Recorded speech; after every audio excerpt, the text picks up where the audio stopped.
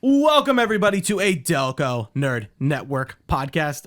My name is Anthony Rigucci, and here with a few friends in the Delaware County area, we get in the basement and we talk about a certain topic. That's right. Today's topic is going to be the PlayStation Showcase of the year 2023. As always, my co-host.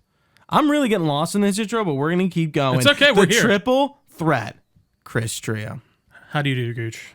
I'm good. I was like in a hot take intro, like in my head. I understand. And It's tough to switch back and forth. I am lucky in the fact that all the outros just the same. Always the same. Yeah, it's not. Yeah. I'm not really. It's just making sure I add a guest in. But yeah. Yeah.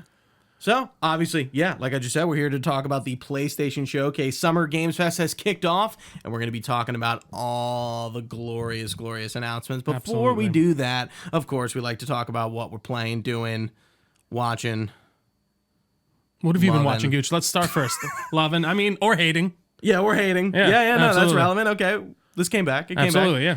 So I wanted to reference a few things. Obviously, we did you might be new to Delco Nerd Network. Hey, hello, how are you? Glad you're here. Hi there. If make sure to subscribe if you're not already. Follow Please us on do. those podcast apps. Yeah. We did a podcast with Dustin Furman of Last Stand Media recently, Games Preservation. That was great. A lot of fun. Yeah, 2 podcasts in a month, actually. We're spoiling people this month. Yeah. Oh yeah, absolutely. This was like a late minute edition because Sony likes to make it late, last minute. But yeah, what have I been playing? So I covered a lot in that one, but I left a little bit out. So I'm back, Trio.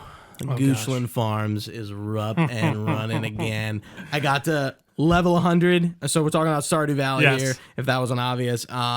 I got to level 100 in the Skull Cave. Nice. I finally did that like within the last year. Very hard. Took me a while. You know what I didn't use really, you have to prep. You know what I didn't know were a thing? Those staircases. See that you can lay down. Yeah. I had like maybe 10 of them. Like I mostly relied on just fucking blitzing. I didn't use one. Yeah. And you went on the lucky days, right? Too, obviously. Mm-hmm. So and get the luck that food took me a bit. The coffee. What year are you on? 3. Ooh, so did you get the assessment yet?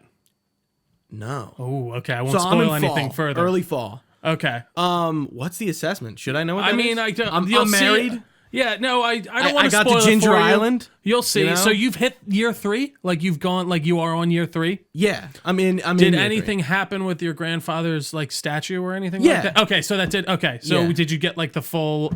Like that was his assessment. Doesn't he come back and be like, "Oh, you've done a good job"? Yeah. He's How did he rate you? Did you get a full? Not the. I forget what I was missing because I looked up like what the missing things are. But I got 3 candles out of 4, and then the next time I was like, "Oh, I just needed to do this," and it took me like a day to do the thing. I forget what it was, but I'm now really I'm on Ginger Island. I'm doing all that shit. Yeah, that's what and I'm doing the Jojo Mart collection. And I need one more thing. I need either the 5 ancient fruits or the Dino mayonnaise, and I have a Dino cooking in the. It'll take a bet. It will. No, it's fun, dude. Stardew's so much fun. Blackwater Farms has been trucking along for a while. I've made a good profit off that. Have you spawned any children? Younglings? I have, yes. I married the purple-haired lady, Abigail, the gamer chick.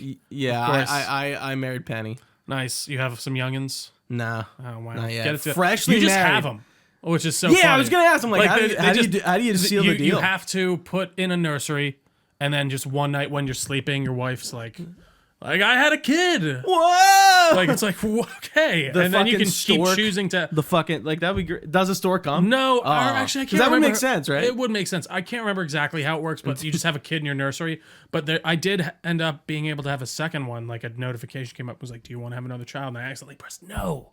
I wanted to have another kid, and I just there's an achievement. I aborted my child. Jesus Christ! I did. It was there. Apparently, no, I don't. Not tonight. Either way, that's good to know. I finished the Midnight Suns DLC. I don't think we're gonna get around to reviewing this. It's just so late in the game, and I think we got other priorities. But the DLC is done. What I really like about the DLC is all the characters are the same storyline. Yeah, so it's all it's all all feeds into the same thing. You just get info on them, and there's stuff, a secret mission once you do them all. Oh, that's at the cool. End. I'm like, it was cool. Again, I Midnight will play Suns that eventually. So fucking good. You know what? That and Breath of the Wild, not Breath of the Wild, Not Tears. Fucking the Horizon. PlayStation one, Horizon. Those are my 2 backlogs. What open world game? Yes.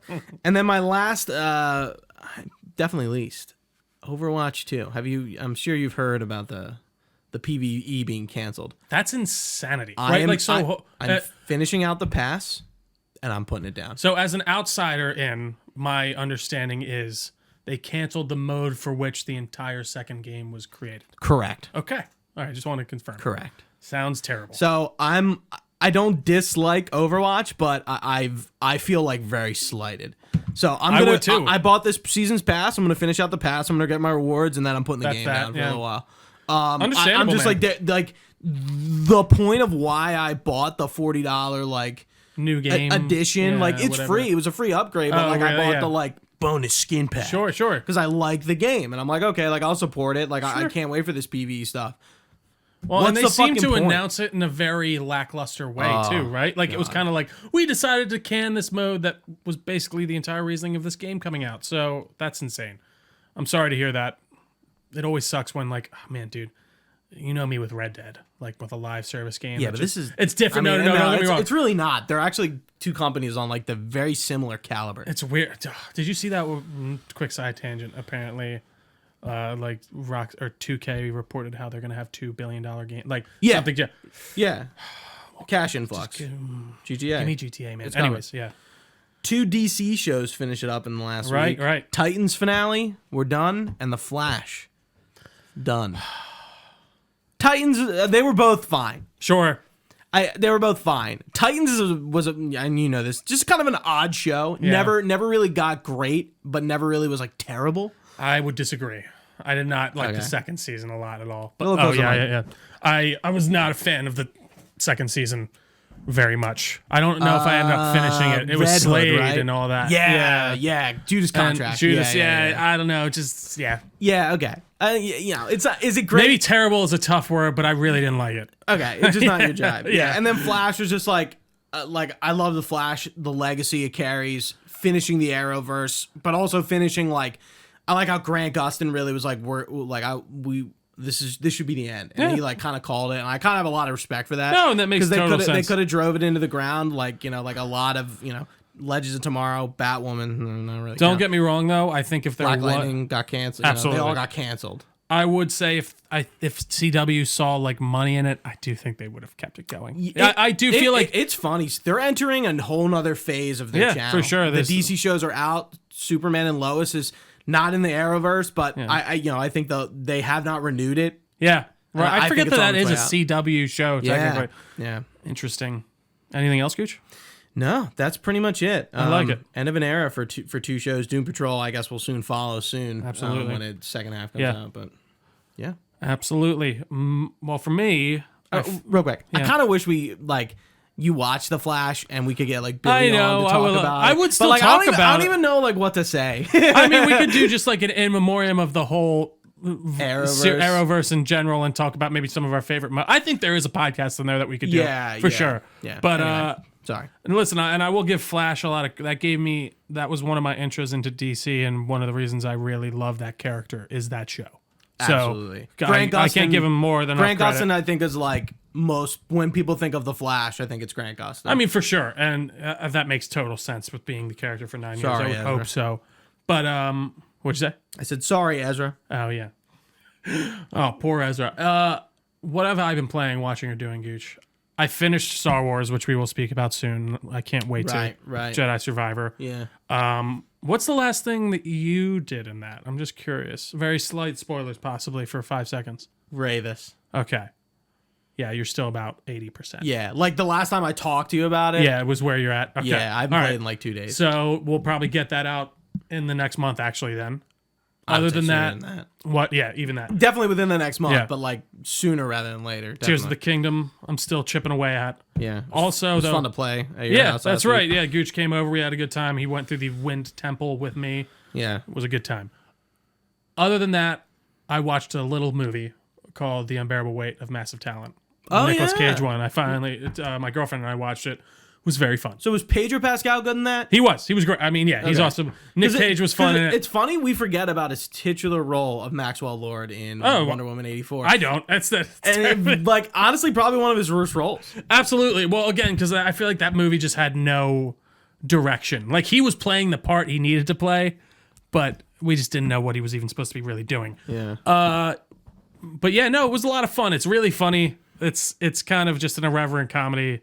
You're not really supposed to take it too seriously. Right. Nick Cage is having fun in it. Pedro Pascal and him are bouncing off each other like a great time. So I would highly recommend it, especially if you can rent it for like $4 or whatever on whatever service. I think we rented it off Amazon. But good stuff. But besides that, Gooch, not much. I am just eagerly anticipating whatever game comes out next, which I really can't think. And I guess it'll be Final Fantasy, right? What 16, else? which we're going to talk about. Yeah, and I probably will. I'm like, you going to get Street Fighter? No. Okay, that's technically next. Yeah, which we will also talk about. I'm trying to feel like I feel like there was something else, but I don't think there is. I guess no. We're at the end of May, man. I would Amnesia maybe if we do end up getting that. I don't know if you're Did you going to see play. what I posted that the Outlast Trials? Yeah, is in early I access? saw that I'm it like, was in early it's access. not out. Okay. I'm like, how did we miss this? Yeah, no, because it's funny. I think I saw one of their previews or something or trailers that was like in early access now. Join.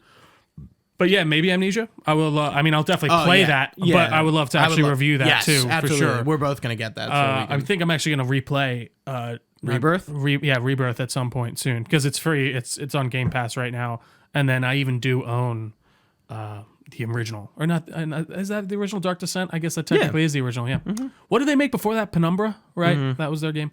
Interesting. Penumbra. But Gooch, shall we descent into madness? Let's talk about it. The PlayStation Showcase from 2023, of course. Getting a big swath of games. But before we jump in, Trio, what did you think? I don't know what the consensus is. So I don't even think I really heard you give your opinion in the Discord, which you can join in the description. What do you think? I thought there was a few. Like I don't think I was I wasn't really blown away by anything. Mm-hmm. But I thoroughly enjoyed a lot of what they showed. Okay. Spider-Man looks fucking amazing, pun intended. Yeah. I really did enjoy a good amount of it. There was some that kind of just washed over me, and I felt like there were a lot of just trailers for trailers, almost. In the beginning, I would have to agree with you. And there was just not much. I'm like, what is this game? I don't really understand. I even said it right before MGS3. I'm like, okay, cool, but not starting with a big title. Like, I think we just were on the ground, and then the plane fucking took off. No, for sure, and I do feel like it was somewhat kind of lackluster until maybe half hour to 45 minutes in when they really kind of started picking it up with some bigger stuff, and finishing it off with Spider-Man makes total sense. I think that looks, like I said, amazing. What about you, Gooch? What did you think? I think this is one of the best showcases we've seen in general in a while, and here's why. I think all the games here look really great. Like everything. I like. There's not one I think I have questionable comments about some games, but I really liked what I saw from everything. Everything was kind of interesting and kind of for somebody, and I wasn't just bored. Except for in the beginning, but then the plane took off, like I said, and we were fucking in the fucking air. I think Sony is finally. I'm going to talk positively on Sony here. Whoa. I think Sony is finally getting back to who their audience is, which is people who like Japanese games, and that's who they were in the PlayStation 2 and somewhat PlayStation. I mean, they still always have been, but sure. I was surprised we did. I mean, okay, Spider-Man, it's coming out soon. It had to be there. But we didn't get a new reveal of a Sony Santa Monica game or this Uncharted game that apparently is being made by someone who isn't Naughty Dog. We didn't get the game, The Last of Us third-person action narrative game. Oh yeah, we didn't see anything. Factions. That's actually bad. No factions.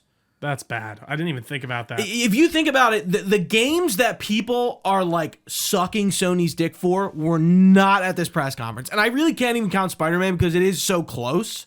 So it's sure. of course it's going to be there. Yeah, that but had to be we there. didn't get that. Not that we didn't get that one more thing, but we didn't get any surprises. No, I agree with you. And actually, you're kind of making me like this less as you speak. It's just funny. Unfortunate. No, I do think a lot of it was because I was kind of half watching as I was doing my job, as I should be. And there were a lot that I was just kind of this looks cool, but didn't really stick with me much. There was a couple that I would say definitely stood out to me. One of them being Helldivers. I really like that a lot for some reason. Okay, I don't know. I just liked the whole. We'll talk about it more, but just the whole vibe of that trailer really. It felt very Space Marines-y to me. Yeah. I think it works. Not Super Troopers. You know what I'm talking about? Starship Troopers. That's the one. Yeah. Like what trooper? Yeah, the trooper one. I really like that. There was one that was the Magic Doom. Immortals of Avenum or whatever, which we'll talk about more. Avenum. Something like that. Again, I think they showed some new stuff that looks very interesting to me, but yeah, I kind of would have liked to see some type of big heavy hitting reveal. Right, and it wasn't Spider-Man. We knew Spider-Man. And what is going on with factions? Yeah, it's a good question. Like, what the fuck is... I think this would have been the place to do it if Naughty Dog was ready, but I guess clearly they're not. And again, they are going to make... I still think after this, The Last of Us 3 is their next game. I don't know. The only reason I say... No, I know. The only reason I say that is because they didn't say that it's not for some reason, and I don't know why they wouldn't. True. But I don't know. That does seem like a really big missing thing. A misfire. Mm-hmm. You should have something. You should be showing us more in that game. That game's been delayed a few times, right? Wasn't that supposed to come out a while ago? It was supposed to launch. Yeah, it was like it's just supposed to be the multiplayer mode, right? But isn't it now possibly... Clearly the scope of the project grew in development, and they decided, like, oh, we're going to do this at launch. Just kidding. It'll be after launch. Oh, it's like we're going on 3 years after Last of Us Part 2 after launch. But it's gonna be Naughty Dog's next big game. We know what it is. No, that's interesting. I think it's gonna take a lot of us by storm. I think it's gonna surprise a lot of people of what it's gonna be.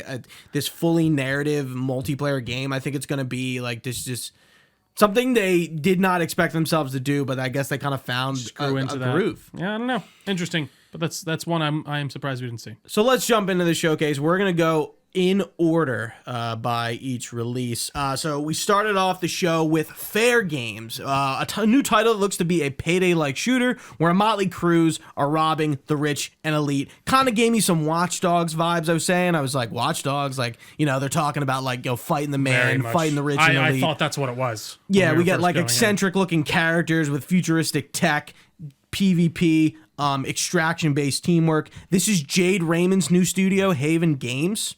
This was a CGI trailer, not gameplay. We have no date, and it's on PC and PS5. Trio.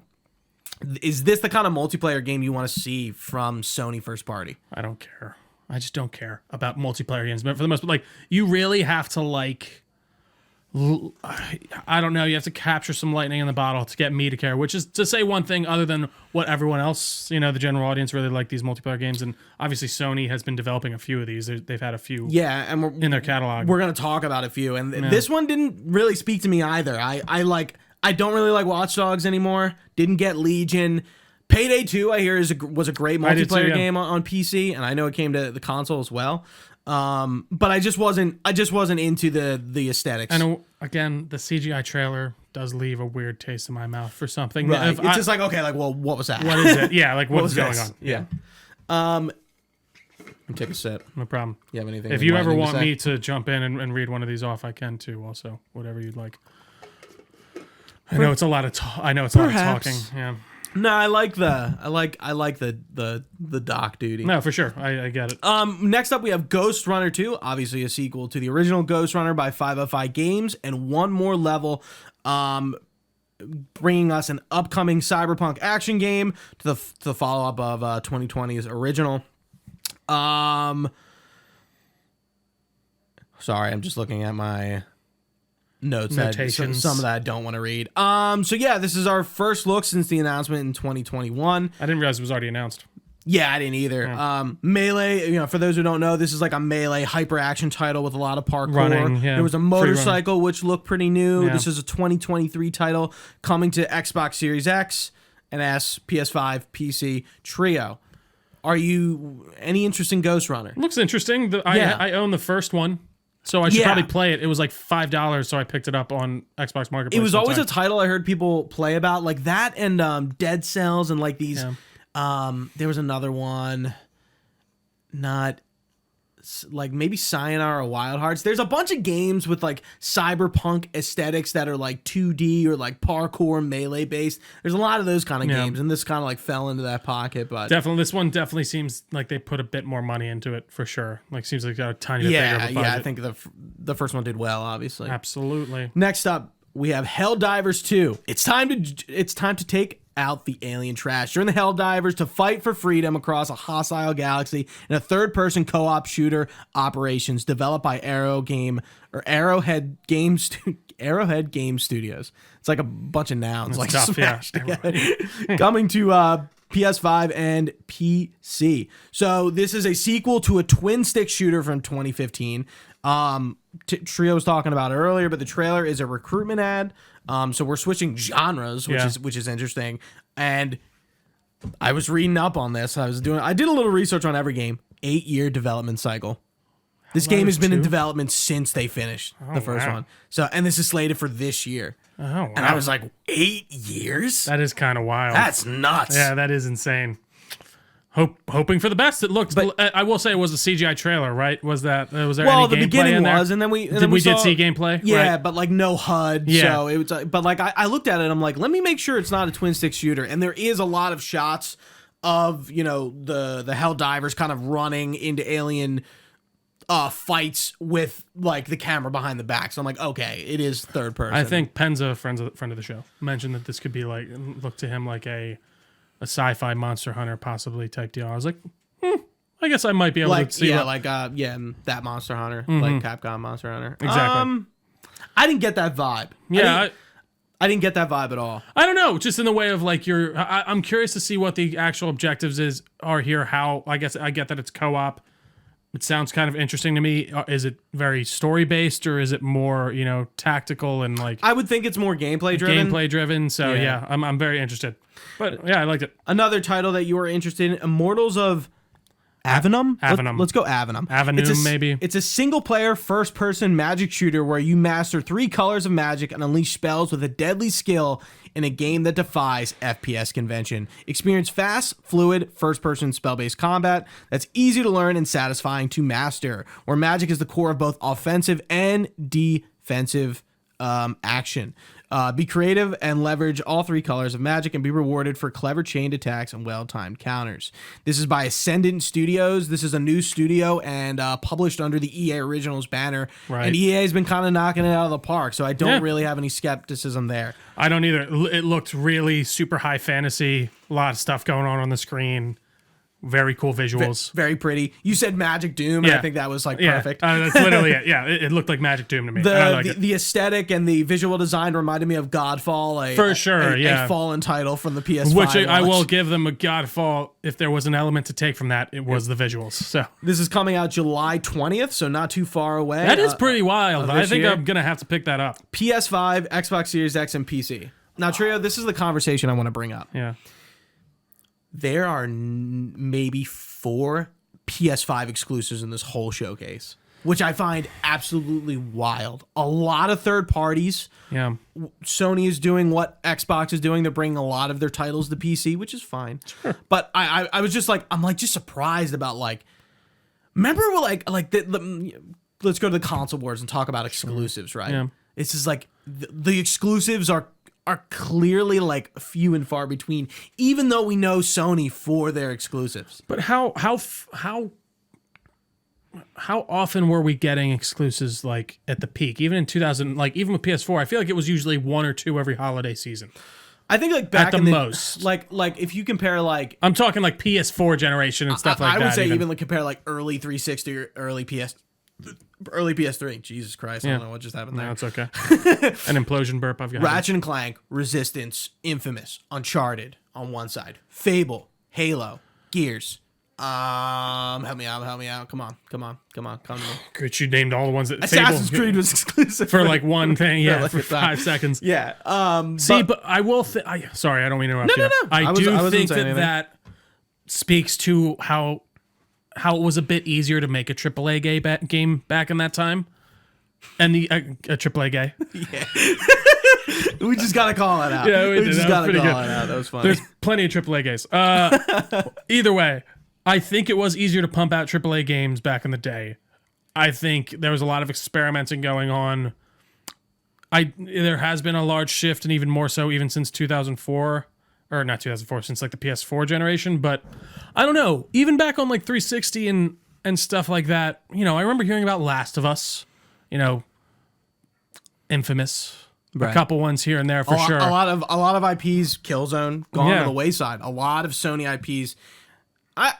You can't really say that about Xbox. I totally forgot about Second Son. Yeah. You can't really say that about Xbox. I don't think they've left a lot of their IPs like totally in the dust. Do you think that's because they don't have as many of them? Yeah, maybe. I think but they never have. That's what I'm saying. No, that's what I'm saying. Sony has a bit more leeway in the way of they can kind of cycle. Like, I don't know, their mascot used to be Crash Bandicoot. Now it's Kratos for sure. And not that he wasn't a well-known PS3, like a PlayStation character, but I do think their mascots and their major IPs and notable IPs have kind of shifted. Right. They can kind of shift them in and out of the spotlight. Whereas Crash are multi-platformers. Xbox has Halo and Gears. Yeah, for much as Halo is worth. And Fable, we still haven't heard anything about for that reboot. Avowed. Come on, guys. Either Starfield. way. I will say I am surprised we didn't see more. But listen, Immortals of Avenum, Avenum, whatever, looks great. Venom. I mean, it's phonetical. Yeah, I wouldn't say it's too far off. It's funny because we haven't talked about Xbox since the Redfall blunder. I mean, we haven't really podcasted about Xbox since then. I mean, we're definitely going to talk about it at the showcase. Absolutely. There is a Summer Game Fest thing on the 8th, but I don't know if we'll cover it. Yeah, we'll see how. We'll see. It's a lot of gameplay stuff. Like I don't like. I know Jeff has a lot planned, but like it's the Summer Games Fest. It's not like a one-day thing. No, I agree. So we'll see. Because I was like, this is technically, my opinion, the start to Summer Game Fest. Even though this event is not like official, I'm like, Jeff will, he'll make it official. He'll make it right. Yeah. It's official where, he'll just be like, yeah, it's a Summer Games Fest event. Mm-hmm. Why not? Anyway, moving on to a title that I wasn't too hot on, and then I watched it again.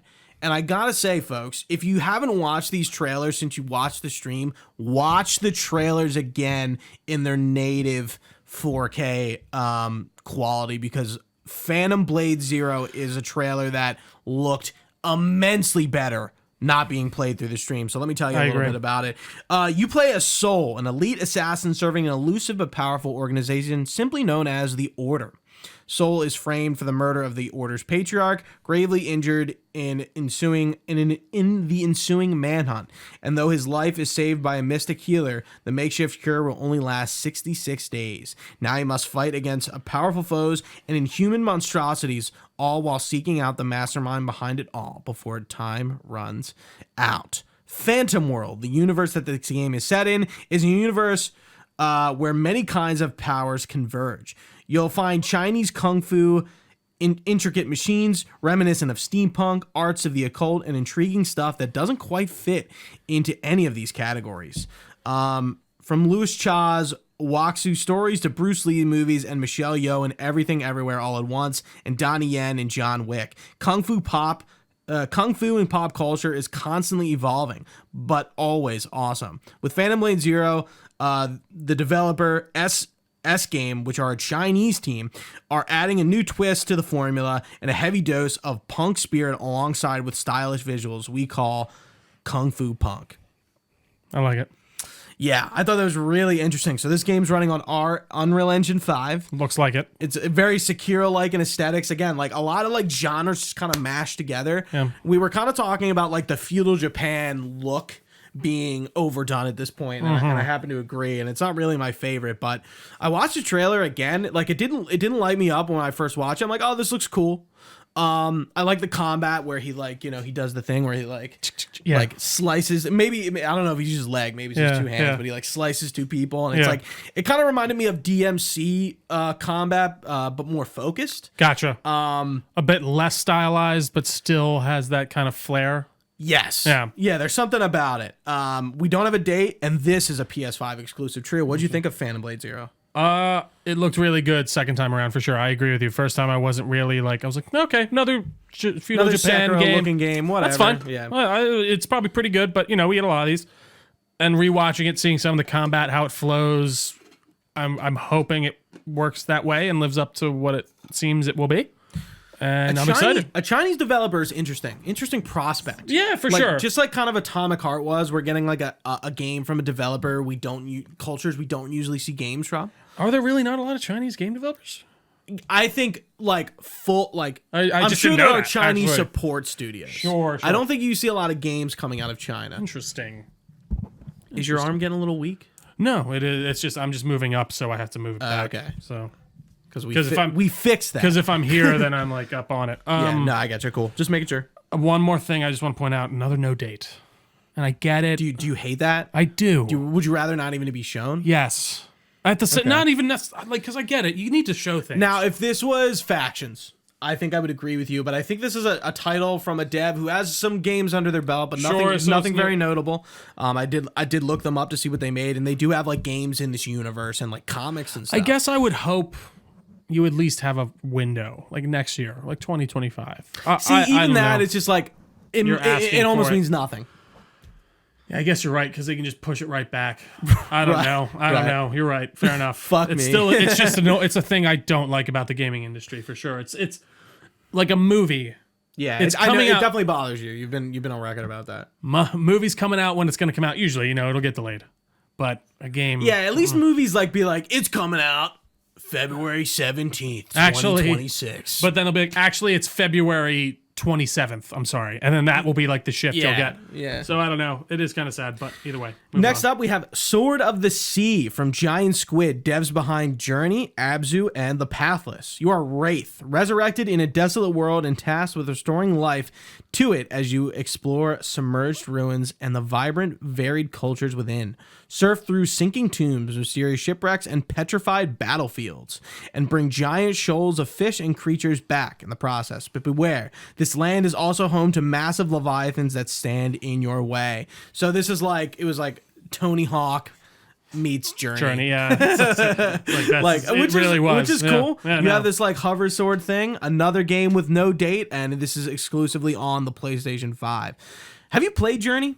Yes, I didn't finish it though. I have never played Abzu, Journey, or The Pathless. I owned it on PlayStation, and it's a beautiful game, but I got a little bored. I think Journey is the definition of an artsy fartsy high art for title. sure.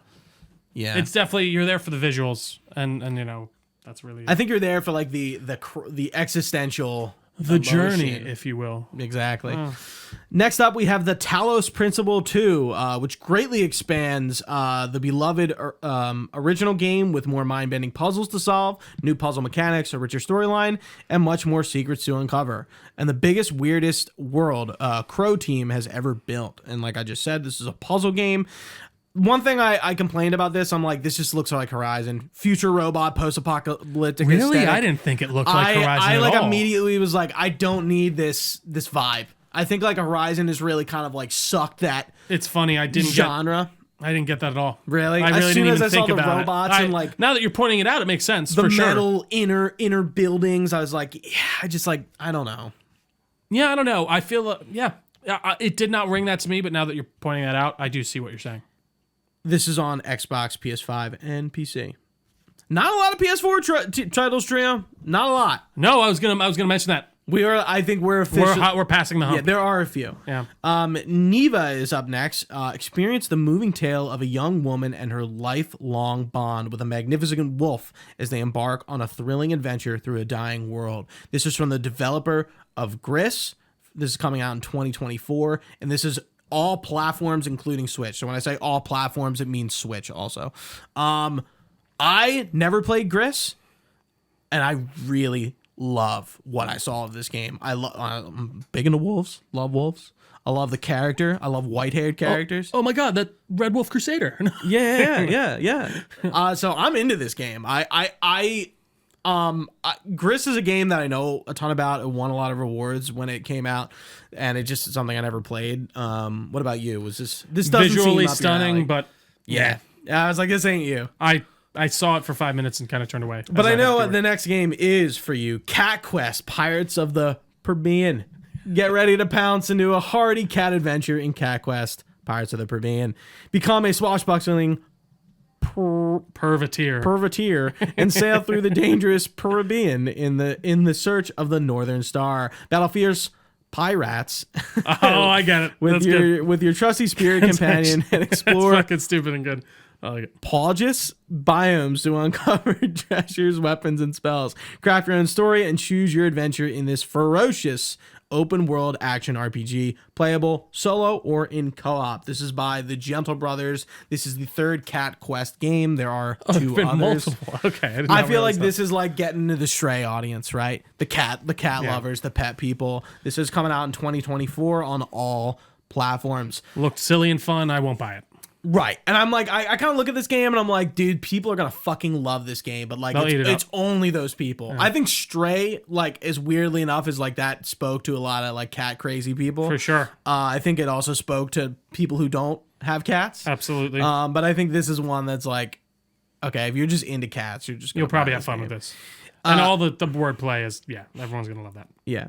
Next up is FOAMSTARS, a fresh new 4-on-4 online party shooter for PlayStation 5 and 4 by Square Enix. This is Square's take on Splatoon, has a Fortnite-ish character design. This is the kind of game that goes out in a year.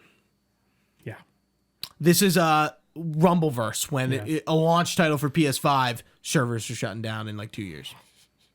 I think this is what this is. Yeah. Does it have potential? Maybe. Yes, I think Square has identified the fact that like Splatoon is a weirdly niche game on Switch. People like it though, yeah. And there really isn't anything like it, so why not try to get rid of the monopoly or enter the field. Sure, there's another word I'm looking for, but that wasn't it. But we'll go with it. Yeah, I'm looking at this and like now that we've seen like a bunch of multiplayer titles shut down because like they're not popular. It's like what is the return on investment for developing a multiplayer title, especially at like a triple dev level? And like it's Square Enix, they're publishing it, but like it's not a Square Enix proper game. I'm sure something like this is very low cost and investment. It doesn't seem like a insanely technically sophisticated game that took a lot of development time. I don't mean to put it down because it's probably fine and it's doing exactly what they need to. But like I can't imagine that this was like a very in-depth development cycle that's going to cost them a lot of money if it doesn't work. But if they hit it, it could be a big doorway to open. Like you're saying, Splatoon's very popular with those people. So yeah. Next up, we have the Plucky Squire. Join Jot and his friends in their quest to rid the kingdom of a vile humgrump. Nice. As they leap off the page. You almost just said humpgrump, didn't you? Humgrump. No, it's humgrump. You're right. It's humgrump. Yeah. As they leap off the page into adventure. So this kind of has like a storybook aesthetic, very Tunic-y vibe. This is 2023 all platforms. Right. Has an audience, definitely. I played Tunic, so I played a game like this. I don't think it's gonna be like Tunic in style, not in the game tells you nothing, and it's like that kind of thing. But it looks cool. I have to admit, I think there are a lot of indie games in this, which Sony has kind of like weirdly been absent from in a way. I feel like not a lot of indies like between like mid PS4 gen and now have kind of like thrived from them. So it's cool to see them give these games a little bit of a spotlight. Yeah. Teardown. Plan the perfect heist using creative problem solving, brute force, and everything around you. Teardown features a fully destructible and truly interactive environment where player freedom and emergent gameplay are driving mechanics. This is Minecraft-like in graphics. This is already out actually on PC. Heist gameplay. This is coming to console on Xbox and PS5 in 2023. Looks fun. Oh, I wasn't waiting for you to talk. Good, okay. I was pausing, looking up, and being like, anyways. I wish I just had the Snake Eater theme. I could just play the Snake Eater theme right now. So when you were watching that trailer for Snake Eater, like obviously you're not a Metal Gear fan, so you wouldn't know. But like it didn't. There are a lot of so it starts felt off like a fake out a little. No, to a degree, it made a lot of sense. Like once I thought about it, especially the parrot picking up the rat. There's a parrot in MGS3. Like a character has a parrot. So like the ants start crawling, and then you see the tree frog, which is referenced in the Snake Eater song. The parrot, the end's parrot picks up the frog, flies up. You see in the distance, you can see the helicopters flying, the Shagohod, which is the Metal Gear weapon in this game. And then the parrot goes down, gets eaten by a snake, and then the snake gets eaten by the alligator. There are alligators and snakes and all sorts of animals in MGS3. And then I think the alligator like swims away, and then we go into the jungle. Celine Nuyarsk, Russia. There are no jungles in Russia, but there's one in this game. It's Russia. Yeah. There's no jungles. And then we see Operation Snake Eater. Naked Snake is on the prowl. Dun dun dun dun. Dun, dun, dun, dun, dun.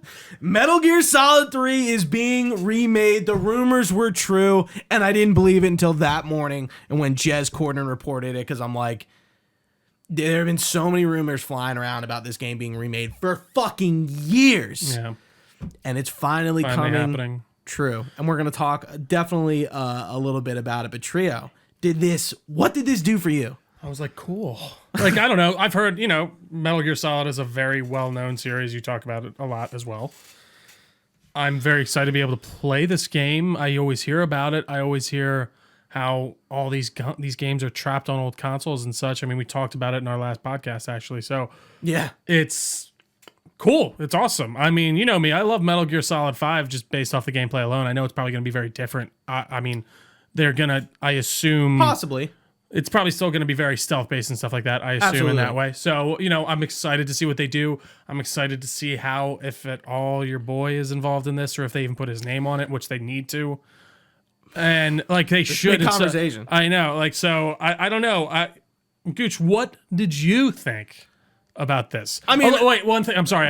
I just asked you and then I just had my last thought. I'm just kind of pissed that this is just another CGI trailer. Like how deep into development are we? What's going on here? Right. We don't know a lot. But I'm sorry. But we do know a few things. Okay. So like you said, this is a remake of Metal Gear Solid 3 Snake Eater, a Kojima game being remade without him. He's not at Konami anymore. He's over at Kojima Productions, his own independent developer, AAA independent developer, making Death Stranding 2 right now. So he has nothing to do with this game, and I truly believe that. Whether he is consulted or... I would love to believe and genuinely know that he knew about this. Yeah. Was he consulted? There were some rumors in like 2021 that Kojima was like contacted about it, and I have a feeling those are true. I really don't think they would like make they know optically that doesn't look good too. Right. Yeah. Like, and Kojima doesn't need to like acknowledge it, though he did retweet about MGS3 yesterday after the reveal. I'm like, that's very convenient. He doesn't retweet or talk about MGS a lot, but when he does, people take note. Mm-hmm. So this game is not called MGS3. It's actually MGS Delta. Yeah. Delta symbol, which is a triangle 3. Okay. So the Delta symbol was, this is from the devs, this is from the development team, and we'll talk about the development team in a minute. The Delta symbol was chosen because its meaning fits the concept of the remake project. Delta means change or difference without changing the structure. So that's kind of their MO for the game, right? They're going to remake it, but not change it. And that's, with remakes of any kind, that's always the fear that like, I love this game. They step over the line. Right. And so it's like, we hope that it's like a Dead Space, not like a... So that's what I was going to say. We're expecting a Dead Space remake that is more one-to-one rather than a Final Fantasy VII remake, which is a completely different game. Correct. Got it. But I think the gameplay will be absolutely totally for sure. different. Yeah, I think it has to. I mean, it has shoot to with be. A and like aim with right trigger, right? Or something insane. Yeah, like the control, like MGS... 3 is a dated game gameplay wise, just like Fallout. All those shooters back then, man. No one knew what they were doing. They're like, let's put shoot on the L3 button, the stick button. So I tried to confirm a lot of information. There are a lot of people talking about this again now, and there are like there's not a lot of like official information, but like what seems official, I don't know. Sure. So the voice cast is returning. Whether they are using the old voice actor, the voice over work they did, or they are totally re-recording the game, I don't think is very apparent. But okay, all that seems to be known is that the original group, David Hayter coming back as Snake, all the other people, they're coming back. So that's good. Those voices are iconic. everyone gets mad. You know, even Keith Sutherland being Snake and MGS5 was a big deal. So this is going to be a faithful recreation of the story and game design, like I just said, with evolving gameplay, stunning visuals, and seamless user experience. It's a game from 2004. It needs to be updated. You know, whether you love MGS3 or not, I think you can understand the fact that it's an old game. It needs to be played modernly. Yeah. It's just being held back at this point. If by that. They can't keep it the same. They just can't. It'll totally cripple it. Yeah. And this is rumored to be being made by the Konami development team, which is their internal guys, and a studio called Virtuos. This was a team that was involved in Metal Gear Solid 5: The Phantom Pain and also made Metal Gear Survive. So that's interesting. It's like, you know, what do I want to say? Like the gameplay for Metal Gear Survive was the spinoff, right? That they created. The zombie thing. That was just the gameplay of five, right? Yeah, to a degree. To a degree, for the most part, in the way of like, you know, your like how you're actually shooting and such.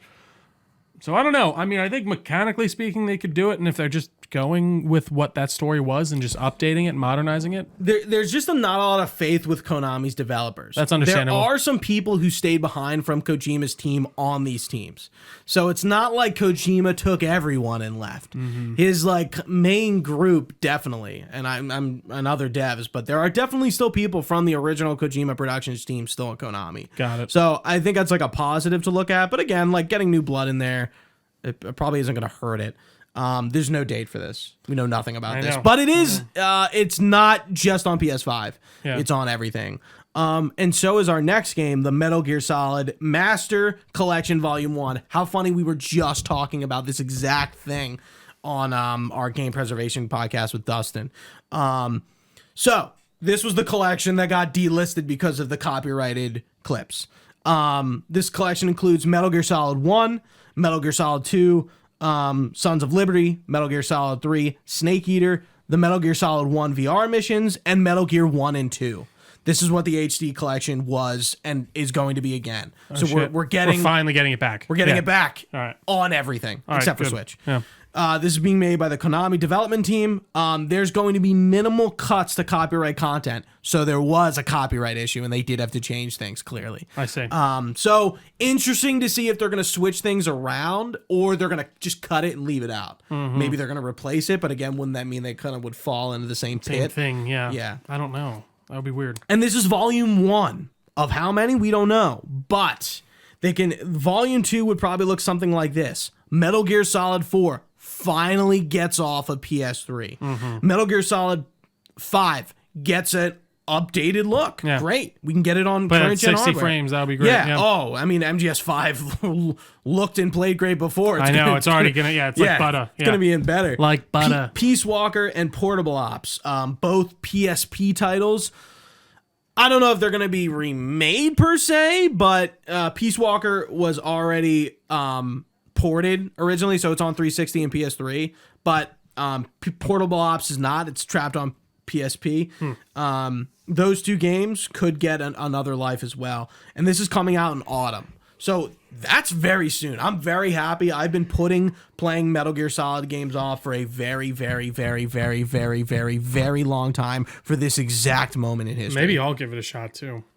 I don't know. I think playing the original Snake Eater is like absolute, like, it's kind of like Final Fantasy VII. Like, well, and this is the time to do it too, because you got time. When one of my upsetting things that I missed for Dead Space was I wanted to play the original again before the new one came out, but it just ended up being too late before. So yeah, it's not like, oh, we're just putting the HD collection out like a week before the the remake. That's cool. I assume we're gonna have like at least a year and a half with this thing. Great stuff. Yeah, man. It's a good time to be a Metal Gear fan. Do you think that leak kind of ruined that? No. Really? Because I do feel like that kind of takes away something. Like you, like imagine the reaction though if there was like no one knew that was coming. I think I want to like really hit home that I think a lot of people didn't believe it. Interesting. Okay. A lot of just because of how long the rumors have been about. How long people have been talking about it. Yeah. Why remake 3 before 1? It's kind of like a Resident Evil thing. I mean, I know they remade 1 before, but like it does seem weird that they just started with 2. Yeah, that is odd. Weird, but makes sense. And this is also weird, but makes sense. Metal Gear Solid was remade. It's called The Twin Snakes on GameCube. It was remade. And it wasn't good. Not a lot of people like that game. It's like, that is a remake, but they kind of changed the whole game up. Oh, wow. It's much more like Snake kicks a missile in midair. Nice. Sweet. That's the kind of shit that's happening. Sick. Yeah. It's much different than the original game. That is radical, Gooch. That's the one I was looking for. That's a good word to compare the two games. It is radical. But yeah, I'm excited. I'm psyched too, man. I'm excited about, me, it's definitely up my alley. All I want to see is the series all in one place, and I think we're getting there. That's great stuff. We're halfway there. Absolutely. Living on a prayer. Next up, we have Towers of Aghasba, which I totally did not watch because I was freaking out on Twitter. Yeah. This actually looks pretty cool. This is explore, build, grow, and connect. Rebuild your civilization and restore exotic ecosystems on your own fantasy island. Experience upcoming open world builder like any other in the Towers of Aghasba. Survival game with hunting and exploring in an Avatar looking world. Yeah, you have a lot of those. You have some animals you're riding, and you have also a glider. Yeah, there are tribals. There seems to be an original language being made for this game. 2024 title, PC and PS5, and I do have to agree with your sentiment, Trio. It does look It looks dope. I'm excited. Next up, a game that I am elated for. Final Fantasy XVI gets its final official trailer. Not really going to talk about this game. It's a pretty well-known title. You know it. I don't need to explain it to you. You already got me. It's all right. Bombastic, grandiose political drama here like we've never seen before. I think this Final Fantasy is really going to change the game. Sort of like Final Fantasy VII did in 1997 when that came out, and then just everyone knew what Final Fantasy was all of a sudden, even though it's 7 iterations in. That is interesting. That's a hard thing to do. Yeah, for Final Fantasy has been around for 36 years. It's one of the oldest franchises. You think when we're 60 we're gonna see Final Fantasy 45? What a concept. I mean, dude, do you ever see them being 36 years and we're that's only what at I'm 16. thinking. So I'm I don't know, I guess it's just interesting to think about. Yeah, it is interesting to think about. I do appreciate that they're just no, it's 16. It's Final Fantasy 16. Yeah, we are 16. I don't think it's really confusing many people. No, it isn't. And this seems very much they are very much telegraphing that you can hop into this with little to no knowledge and figure it out. So what did you think of this trailer, man? I mean, it looks great. I just took a lot of the spotlight, so let me throw it back to you. I mean, listen, it looks amazing, visually spectacular. The combat looks like a ton of fun, cool character designs, interesting world. Yeah, I'm in. I definitely is catching my eye way more than you're getting it on launch. I think so. Way more than that boy band simulator, which we got last time around. Yeah. Which again, I will admit, that did somewhat intrigue me, but not in the same way. Yeah, more in the way of what's going on. I think just the epic icon fights with the summons in this game, the Game of Thrones drama they're going for, this very mature, heavy themes. They've never really done anything like this before, and I think they're keyed in to make this what I was saying, this the next biggest thing they've ever done. I really this is interesting. I found out they wrote the game in English first. Oh. And that makes sense. It's a Japanese game. They're clearly after. They're trying, because when that clearly, because you would get weird translations, right? And that's the thing they were talking about. It's when you make a game and you translate it, there are some differences between the two versions. I mean, there are certain words that don't it's the same word or not the same word, but an equivalent doesn't exist in the English language sometimes. Right, and they have to kind of make, there's a lot, even in MGS, a lot of, if you compare the Japanese version and the English version, they're saying same scene, same thing going on. Yeah. They're saying two different things. Interesting. So it's really interesting that they decided to be all right, we're going to make a game for the Western audience. We're not going to make a game and I'm assuming they're it's easy, for sure. it's probably easier to translate also back, right, to Japanese. I would assume so, in the way of, because I don't know. I do think their language is more complicated, like I said, in the way of like they have words that equivalents we just don't exist in the English language. Right, so the kanji. Whereas I feel like most of it, probably can translate back, but that makes sense. That's very interesting. Yeah, dude, I'm so hype. June 22nd, 2023, PS5. Wow, that is close. exclusive. Fuck. Oh, that's right. Oh, it's too many games weekend. No, it's the week. Yeah. Alan Wake 2 is next up. A string of ritualistic murders and a supernatural darkness begin to corrupt the locals of a quirky, idyllic small town of Bright Falls. Can Agent Saga Anderson and Alan Wake break free from the desolate horror story they're trapped in and be the heroes they need to be? So that's right. We are getting a playable protagonist. Her name is Saga Anderson, and she's in Quantum Break, Trio. Really? She's in Quantum Break. I didn't know that. And she's not a main character. She's just in an Easter egg thing. So okay. I have a big fucking theory about this game, and it's a bit out there. Sam Lake is in this game. Sam Lake is the creative director at Remedy. He also played Max Payne in the first Max Payne game. Only in the first. He's not in the third ones too? No. They changed the actor after 1. He sounds exactly like him then, because in Max Payne 3, that's his voice. Is it? Maybe I don't know. Like, because that's how I got. That's how I I recognized him. I was like, that's Max Payne's voice, because I haven't played the first or second one. I only played the third one. Yeah, it is Sam Lake talking. But that is interesting. I'm very curious. Hold on. Holding. Trio, did you play the first Max Payne game? I did not. I only played the third. Number Trace, because it was like $3 on Xbox. I was always thinking about going back and buying the other ones. What are you coming up with?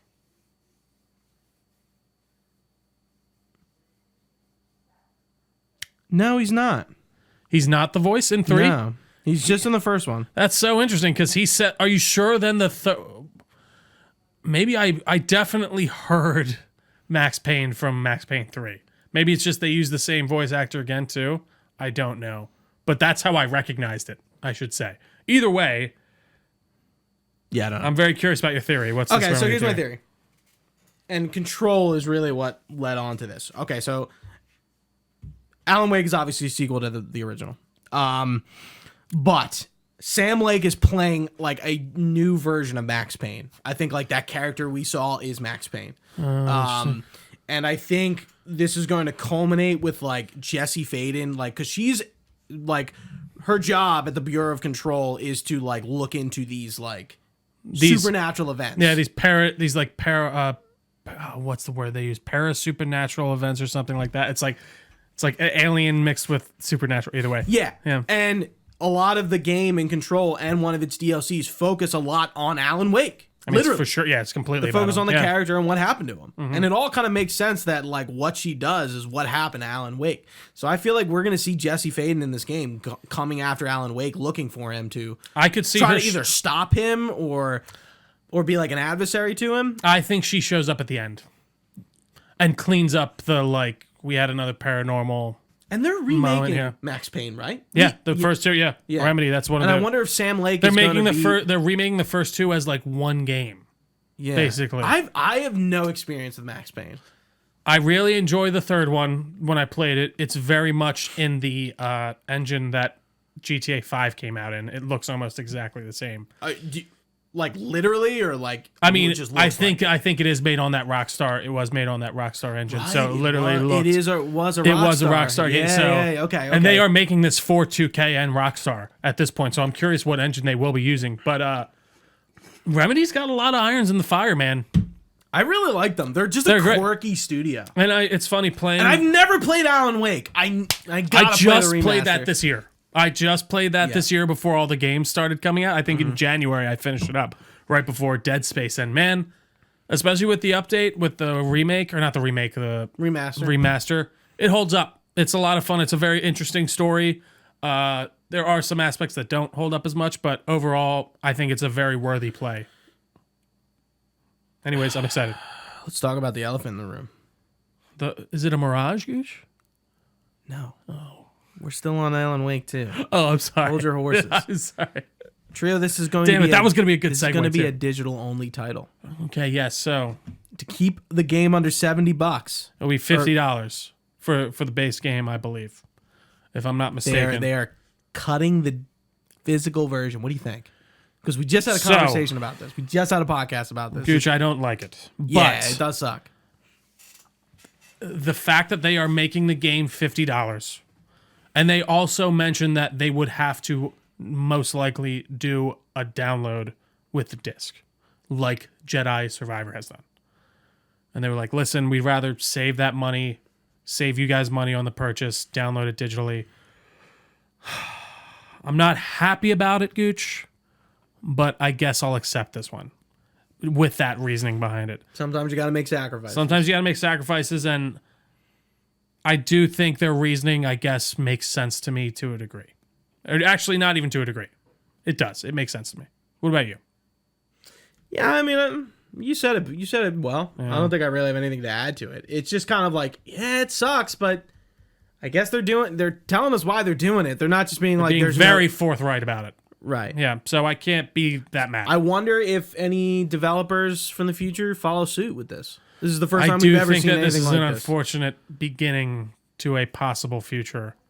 And I would love to maybe later down the line, maybe when they do a Game of the Year version and it has DLC, and maybe they put out a physical version. I don't know. Yeah, maybe because again, cool, I guess Dustin mentioning that on our podcast was very interesting. That maybe these consoles can't even do 2 discs at this point yet. We don't know. So it's sad. I really wish I could get a real physical disc that I could just download the entire game off of. But if that's not possible and they're saving me some cash, I'll take it. Now, next up. Assassin's Creed Mirage. We're finally seeing it. You are playing as Basim, a cunning street thief with a nightmarish vision, seeking answers and, of course, justice. After an act of deadly retribution, Basim flees Baghdad and joins an ancient organization, the Hidden Ones, also known as the Assassins.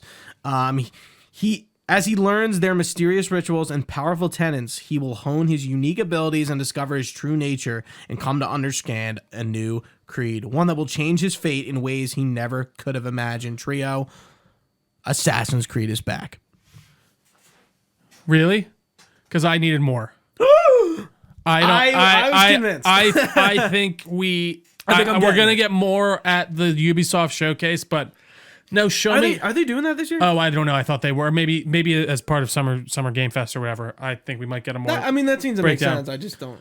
But I don't know. I'm excited. I love that we're back in a big city. There are some stealth mechanics being shown in the gameplay. They are definitely leaning into those stealth mechanics. They're bringing back many of these things that I'm excited about when it comes to, blending in crowds and bribing people and certain mechanics, especially from 1.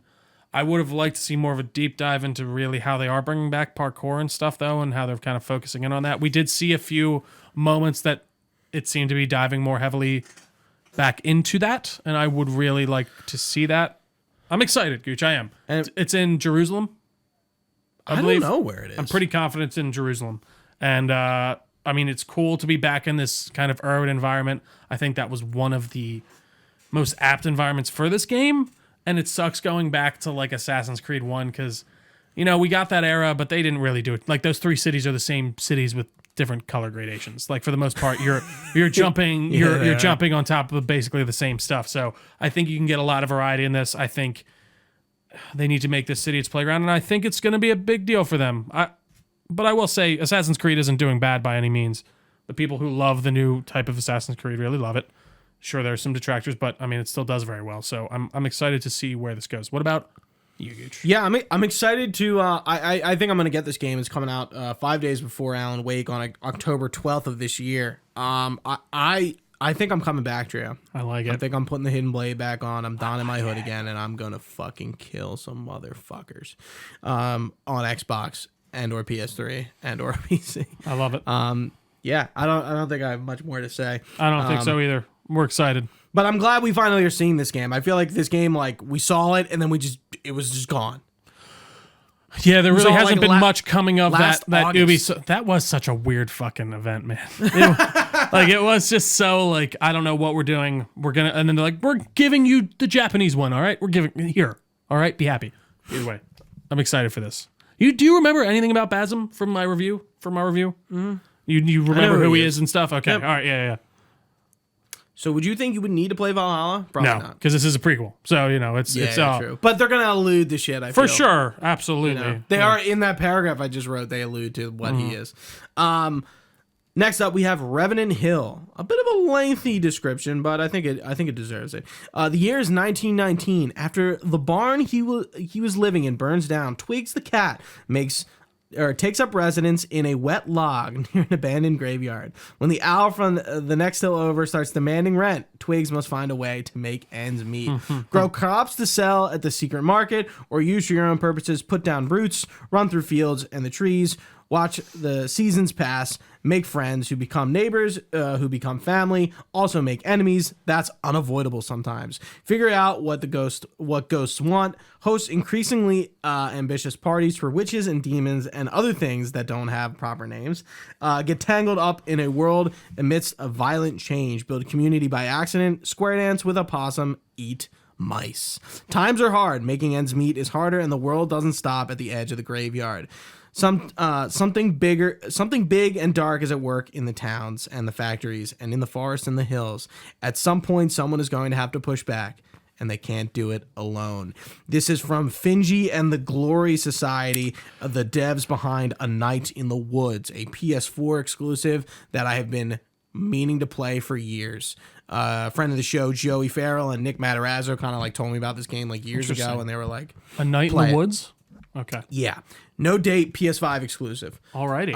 I don't know like what you remember from this trailer. It was just kind of like, it really doesn't tell you anything. I don't remember much. Yeah, so it, like like as soon as I saw it, I'm like, oh, it's A Night in the Woods. Like it's these devs. So I'm interested to play it again. I gotta play A Night in the Woods. Next up, we have a JRPG called Granblue Fantasy Relink, if that isn't a most JRPG name I've ever heard, by Games. It's coming in winter 2023, PS4 and PS5. This just kind of reminds me that I need to play like more niche JRPGs. Like the aesthetics look cool. It looks like Xenoblade kind of like Fire Emblem look. Sure. There really wasn't much out about it, like description wise of the story, so I didn't have anything there. I'm sure you have nothing to say. No, I'm sorry. I'm bursting at the seams, Gooch. No. Maybe a game you might have something to say. Street Fighter VI. We got a playable character trailer. In this title, you'll be able to like make your own fighter. Yep. So you've been able to do that before, right? In Street Fighter? I thought so, or maybe am I thinking of Soul Calibur? Yeah. That's what I think I'm thinking. Yeah, I think that's the one. So I noticed in this trailer, there's like a guy in a Blanca suit. And I don't think they've shown Blanca in this game yet. And we see M. Bison, like an old M. Bison. And I thought that was interesting. I will admit, Gooch, my Street Fighter lore knowledge is very lacking. Yeah, so I did want to ask, is this game, like, are you you're kind of like I'm a fighter light. Right, and I would say a little less than you are, but would you get Street Fighter 6? Probably not. Is Cammy's ass appealing to you? I mean, a little bit, but that's not going to sell me, I don't think. I don't know. Street Fighter has never really tickled my fancy. You know what could really tickle my fancy, Gooch, if it was announced fighting game-wise? A new Marvel vs. Capcom. That could really that could probably be something else that would bring me in again. But Street Fighter, it was never really my thing, personally. What about you?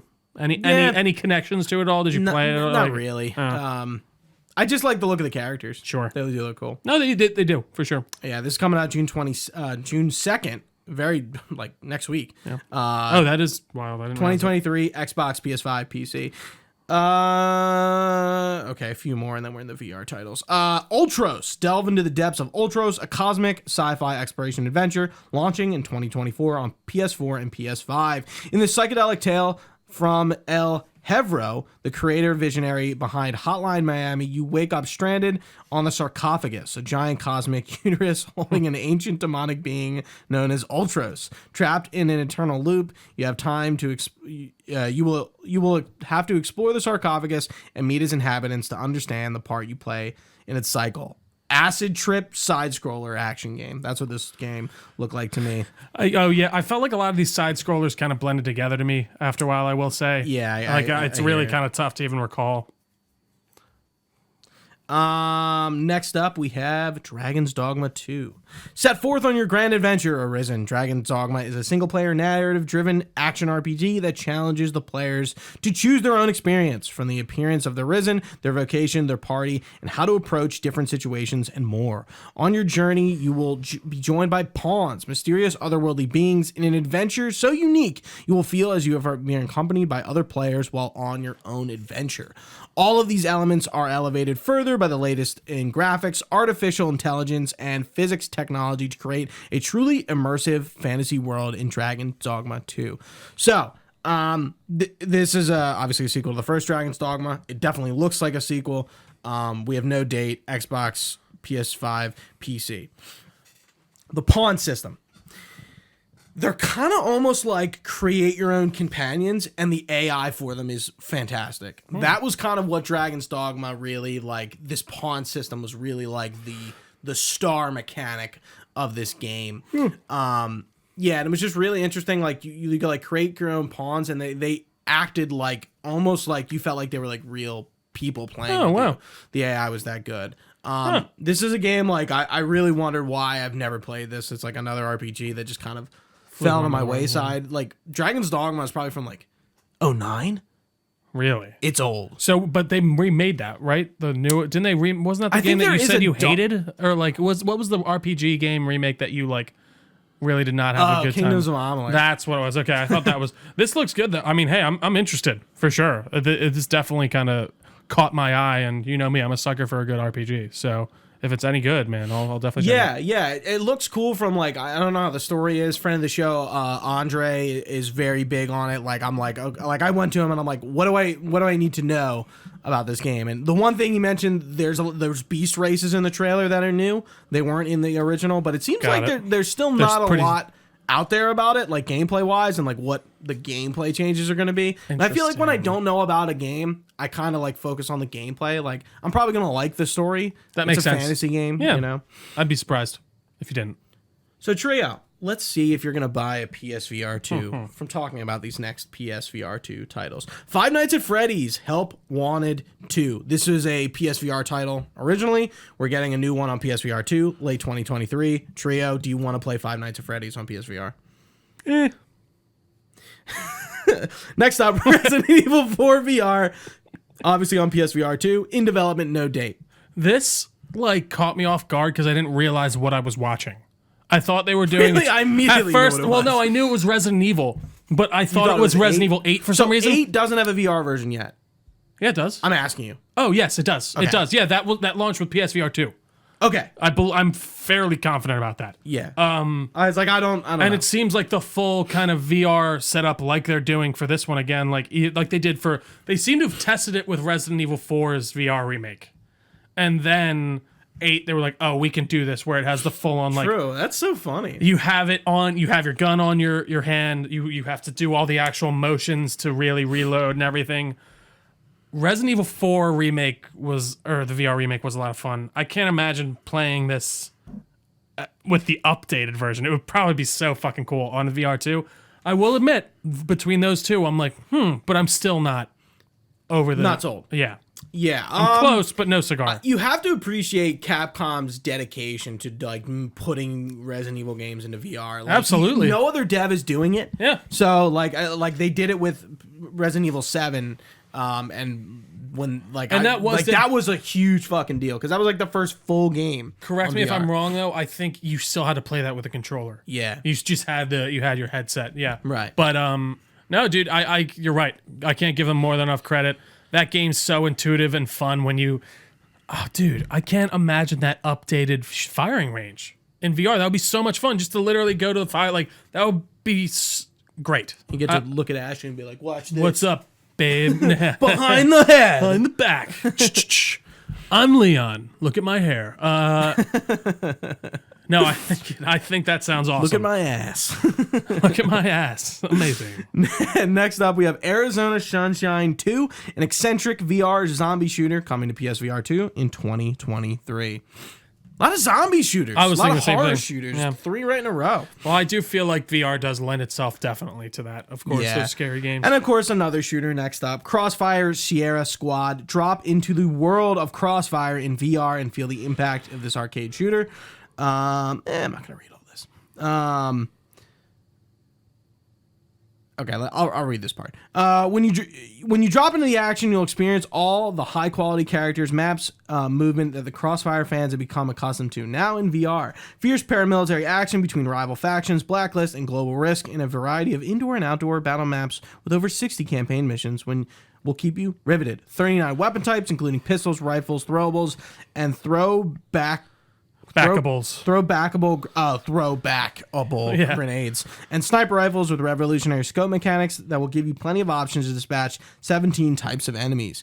You'll also engage with heavy artillery like helicopters and lavs in full 360 VR space, so be sure to keep your head on a swivel.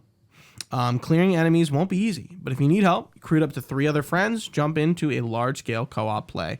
So this is a Crossfire game in the Crossfire universe. I don't know if you know anything about this series. I really don't. Not a ton. I just know that it exists. Yeah. Crossfire X failed on Xbox. Right. Again, PSVR 2 title, no date. I'm curious how this is going to be with the milsim community. Is this this seems extensive, with just the weapons and stuff, and it's military simulator, and but is it really going to be is it up that to kind stuff? of game? Yeah, is it that detailed, or is it more when I was watching casual? it does seem not super realistic, you're fucking gunning people down, Absolutely, and things like that. Again, I would imagine this doesn't sell you. Nope, sadly not. 2 more. Synapse fight through a hostile mindscape in an immersive next-gen experience created exclusively for the VR2. Turn the mind into your battlefield and unleash your inner anti-hero with brutal firepower in one hand and surging telekinesis in another. This reminded me of Super Hot. For sure. You definitely could see that inspiration. And I love Super Hot. It's probably one of the only VR games I've played. This is coming out in 2023, and this probably looks like it's going to be a pickup. I agree. If I had a PSVR, 100%. Just like the next title is Beat Saber, which is on PSVR 2 as of yesterday, and the trailer was for an 11-song Queen pack. What do you think of Beat Saber? Have you ever played it? Yeah, I had it on my Quest. You still have it? No, I don't. I sold my Quest actually today. Yeah, Dude. There's a random guy on Facebook. I got $200 out of it. Pretty good. Those are $400 now. How do you feel? It's gone. Fine. I never played it. I really like. So I did wanted you get to, all the games you bought for it? No, I just reset it. So I still have my account, which I could always log onto another Oculus, but it just sat there. I don't know what there's not really crazy new stuff coming out. Yeah. I got rid of it. But either way, I didn't love. Scratch that. I enjoyed Beat Saber a lot, but at the same time, the song selection on it was balls. It was a bunch of weird remixes that weren't good, that were just kind of boring to replay. There was a Green Day pack that had a few songs. They seem to be slowly, especially with this Queen one coming up, introducing actual songs in it. But a lot of their early packs, all the free packs, are just random, weird DJ mixes and stuff like that, which just is eh. But if I could play, Queen is a good draw. Queen's cool. Yeah, that's good. I like that. I like Queen. Great stuff. Yeah, it still seems like PSVR, like we didn't have a title that goes, wow, I need to have a PSVR 2. Still not. I agree. I think Resident Evil 7, Resident Evil 4, and 8 being fully playable like that is pretty cool, but we need some variety. And then who has been talking about Call of the Mountain? Nobody. I apologize. A few more games and we are done. Marathon. From the creators of Halo and Destiny comes a new sci-fi PvP extraction shooter. I wouldn't say a remake. I'll call it a reboot. Yeah. A reboot of their original IP, a sci-fi PvP extraction shooter. Marathon will find players engaging one another as cybernetic mercenaries known as runners, exploring a lost colony on the planet of Tau Ceti 4 in the search of riches, fame, and infamy. Bungie has returned to its roots. There's no date. It's on PS5, PC, and Xbox. I dig it, man. I'm excited. Yeah, it's cool to see a new Bungie. Just to see a new... I mean, I know it's technically an old thing. I know, yeah, and we don't play Destiny, which we're going to talk about next. I mean, they make shooters right, so I'm excited to see what this could be. I really am, and I like to see that it's going to be everywhere. The trailer was, again, that was just a CGI trailer, which kind of makes me sad. Yeah. But I have trust in Bungie, and I know they can make some great stuff. So yeah, I'm excited to just play a Bungie game again. I agree. And I think I'm definitely going to pick this up. Definitely. Destiny 2, The Final Shape. This was a trailer introducing that Cade 6, played by Nolan North, is back. He died a while ago. And I think fans of the game are pretty pissed about that. They're doing a showcase on August 22nd. And I don't know, is this like the last Destiny 2 DLC? I don't know. That's a very interesting title to not be. Yeah, so it's obviously on Xbox, PS5, PC. Concord, a new IP from Firewalk Studio, a recent Sony acquisition. Kind of reminded me of Beyond Good and Evil, like in the spacefaring kind of style. This is a live service multiplayer game. It's going to be in 2024, PS5 and PC. So this is, again, one of Sony's multiplayer titles that they are talking about making. Did you burp? I did. I don't know if anyone even heard it, but I apologize if you did. Snuck up on me. All right. One more game, 2 peripherals. PlayStation's Project Q was announced. This is a remote gaming device that works via Wi-Fi. It has like a DualSense controller, 8-inch screen, no price, but we'll hear more about it later in 2023. Trio, what do you think of this? I think it's cool to have it out there. I don't know how many people are buying this. I do think there is definitely probably a market for some families, some couples, where you only have one TV, and you know what? I want to sit in the same room and hang with my significant other. You take over the TV. I'll hop on my DualSense. Or my whatever Q. Project Q. Project Q. What it's called right now. I don't know how big the market is for this. People are like, just make a Vita. It's not going to happen. Yeah, it's but not like I'm sorry, like, because everyone's like, "Is this a Vita?" I'm like, "No, it's a remote play device. Relax, yeah, it's not." They gave it literally 10 seconds. Yeah, like this isn't a Vita. They said it at the beginning. Yeah, at the end, like they're like they for said 5 it seconds. very quickly. Yeah. Like I'm like, no, it's like what? It's not even a cloud streaming device. It is a remote play device. Oh, interesting. It is not cloud. So how does that work then? I think your PS5 has to be on, and you have to be in the same room with it. Oh.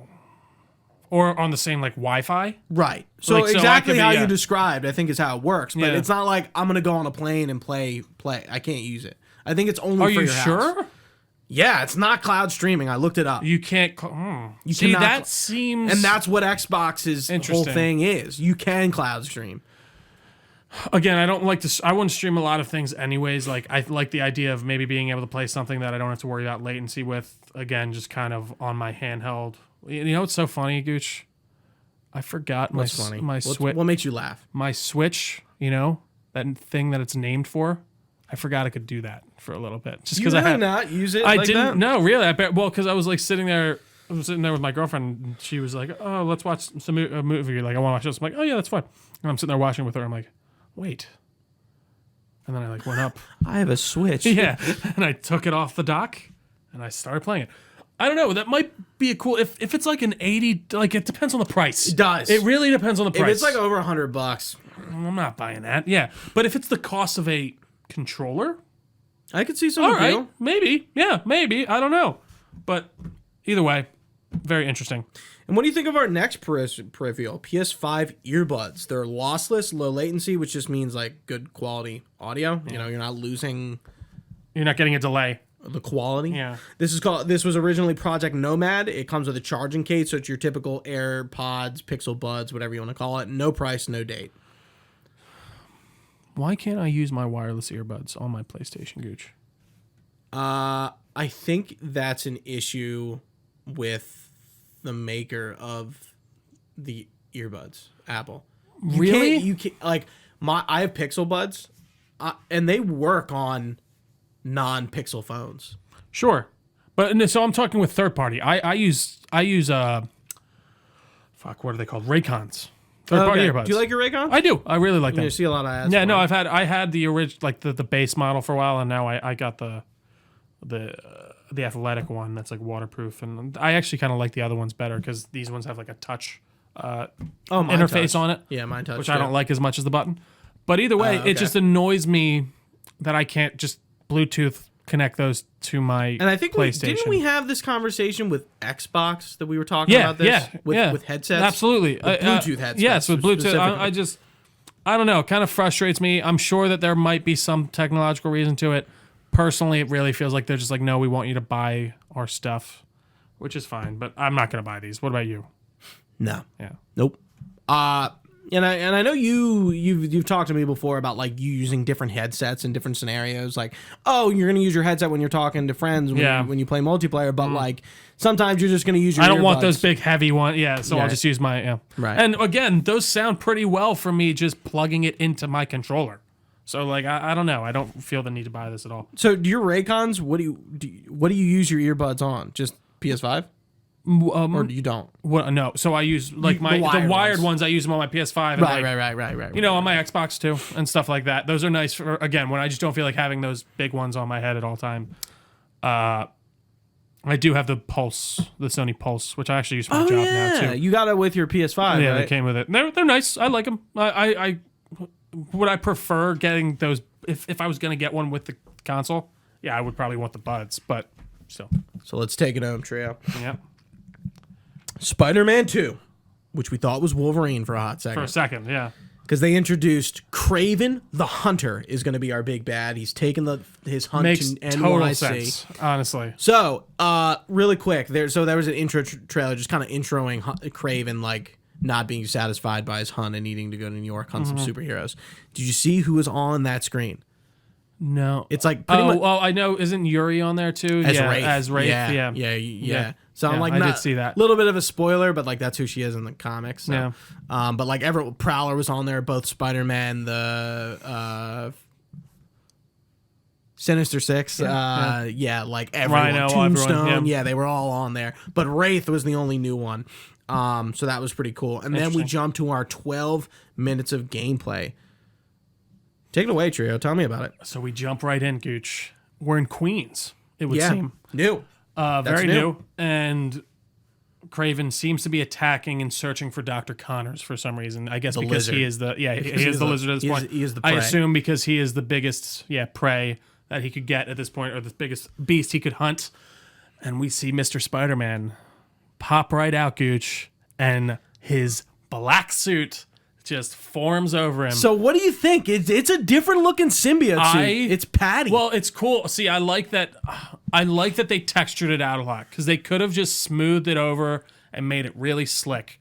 But I like how grimy and slimy and sticky and wet it looks. Yeah, you keep talking. Yeah, it's so good. And I really like how there is like the pad, not even pet, like they do kind of look like pads, but it's more like, I guess, hard sections of the suit that then make it up. I mean, listen, I don't think they could have done a better job unless they literally did just make it kind of a slick black. I like how it has those textured parts in the places where he animates, even back behind his neck. It's a lot more textured and symbiote-like in the back. And I do think whenever we do get to the end of the game, whenever we don't have the black suit, I think there will be a fabric black suit that you put on that looks different, and that maybe they'll have one that does do the same type of texture things, but I wouldn't be surprised if there is an actual symbiote looking suit or the just regular fabric black suit. I think it was just going to evolve.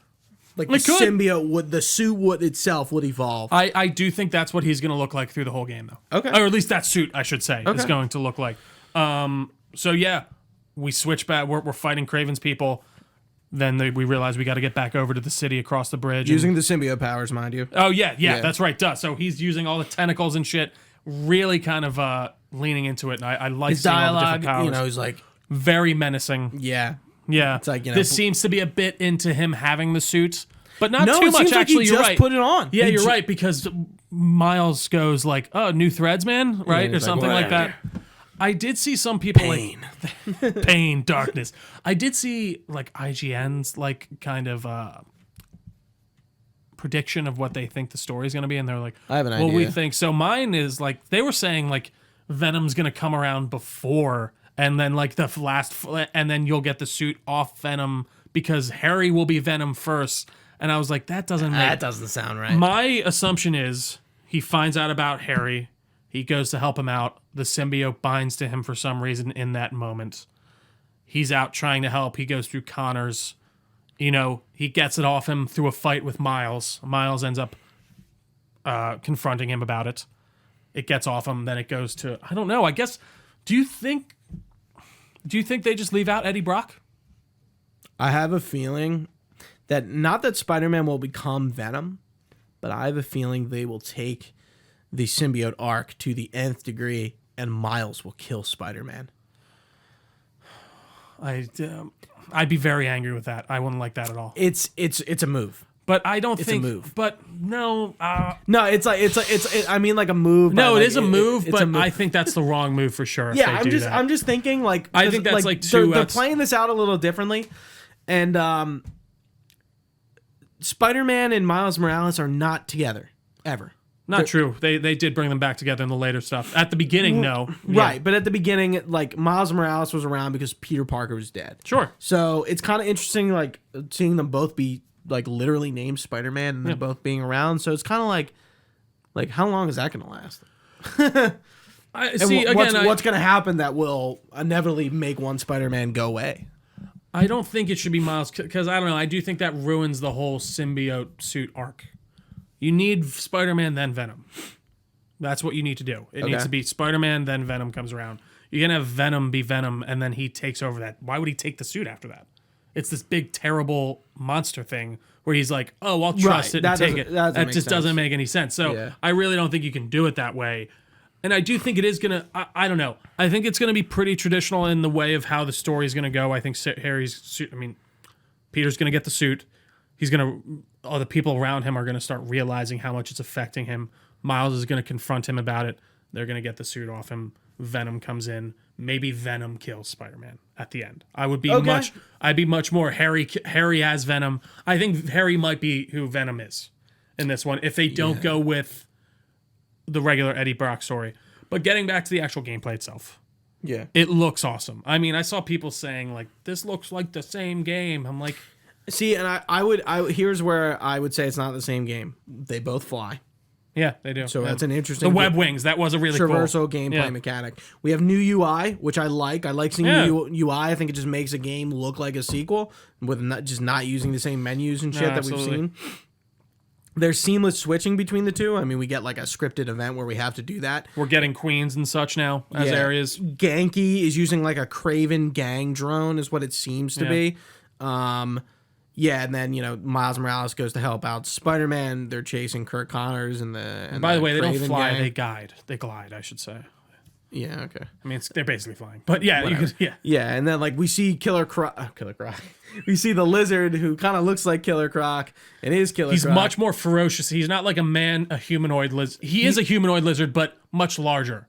Yeah, he looks like a fucking like Killer a gigantic dinosaur. Yeah, and he's like molting too. I thought that was cool. Yeah, like he's getting bigger and he's eating more, and they're looking into it. And even the stuff with Peter that you pointed out, but I noticed it too in the trailer when they save the guy and he throws him, just kind of tosses him. Yeah, and there is a little moment at the end there where he's like, you've probably seen it online, but he's like, I have teeth too. And you see his eyes switch to the more pointed symbiote suit. Yeah. No, I listen, I think you can kind of lean into that for sure, but again, I don't think you can have Venom show up and then him take that symbiote off him. Yeah, I don't think it just doesn't work like that. I think what I'm just interested to see is how they change up the symbiote arc from the comics. And it does seem like Harry had him on him at the end of the last game. Right, it does seem unless like there he's is involved. Maybe he just has a piece of him on him and that was something they found at Oscorp and let's back up. We know Venom is in this game. Yes, that's what I'm saying. Yeah, Tony Todd. So I don't think he's showing up. I kind of forgot about not that I forgot about that, because we do see him. We see his face, remember, in the reveal trailer. Yes, yeah. So somebody is Venom. We just don't know who Venom is. I would like to see them not I would Eddie Brock, I would never be like, yeah, Peter becomes Venom. No. Yeah, that symbiote suit is exclusive to he looks like that for a reason. It's because he's like a rage monster. No, absolutely. Well, and also Eddie Brock is a rage monster. Absolutely, it takes on all his features and stuff like that. So it will be interesting to see how they handle all that. Man, it looks gorgeous. It was interesting to hear, like you said, Peter just have that kind of fuck you, like he was really getting into it. But yeah, fall 2023, no date. That's weird, man. Yeah. That's very odd. Yeah. This game is too close. It's been known for a while. I really thought we were going to get a date here. That tells me they might push it back. Obviously a PS5 exclusive. Yeah. Yeah. I mean, what did they do that with God of War when they announced Ragnarok? Slightly. I think it got to I remember once. Yes, it did get Yeah. delayed. Mm-hmm. Yeah. I'm fairly confident. So do you think it gets delayed out of 2023? What do you? I'm very Because so far, 50-50 if it gets on delayed that. out of 2023, they don't. Well, Final Fantasy 16, but they don't have a Q4 heavy hitter. Gooch, until video game is in my hand. I know. I'm unfortunately, especially if I'm even more so triggered, for lack of a better term, by What's triggering the you? fact that they just don't have a hard date of any kind. Like, just that they're like fall. Okay. That feels like, to me, you're giving yourself some breathing room, which is fine. I get it. I do. But I hope I fucking get that in my hand and come September. And I just want to replay the first one, for goddamn sake. Like, I want to wait till like 2 months before the game's coming out to replay one. And I'm very curious because that's going to be a different experience with the different face actor and stuff like that. Don't remind me. Don't remind That really me. does. It's just so weird. Like, I don't hate that guy specifically for No, I doing hate that. him. It's just I like, don't want him. Get out of my game. Bring the other guy back. I can't go back and watch another movie and have like someone else be playing. Like, if I go back and watch Guardians of the Galaxy, they don't swap out Chris Pratt for Glenn Howerton or something like that. You know what I mean? It's just so, but it's so weird because it's still his voice. Yeah. It's weird. very odd. Yeah, there's a disconnect there. Anywho, Gooch, anything else on the PlayStation showcase? That wraps it up, man. Like Good you stuff. said, we gave our thoughts in the beginning, so we're not going to do it again. But hopefully, I don't know if we're going to do Jeff's Summer Game Fest thing. I'm not exactly sure what's going to be there. And Absolutely. it's on the 8th, but we will definitely be doing Xbox. And I don't think Nintendo will do anything, but have they said? I would like to talk about Nintendo. I'd probably just rip their thing apart because usually they're always just Well, we'll have our Tears of the Kingdom review at one point. So yeah, but I'm just talking about like in Summer general, Games Fest yeah, from Nintendo. Anyway, we'll see you with the Xbox. Thank you guys absolutely for watching. Well, if you've been watching with us live on twitch.tv/Delco Nerd Network, we really appreciate your time. You can find this podcast anywhere podcasts are found. Just search Delco Nerd Network on your favorite podcast service. We're also on all your favorite social media pages as well. We're at Delco Nerds on basically everything. We got a Facebook page, we have a Discord channel, all of which will be linked down below. You can email us all your comments, questions, or concerns, delconerds@gmail.com. We would be happy to get back to you, and you can find all this information on our website, delconerdnetwork.com. If you guys can drop us a like, subscribe, review us, tell a friend about us, it goes a long way. It really helps out the channel. Be sure to check out our latest podcast too with Dustin. It was really a lot of fun. Cool to talk with him. But for Gooch, I've been Trio. Thanks for watching, guys. Stay nerdy, and we will see you next time.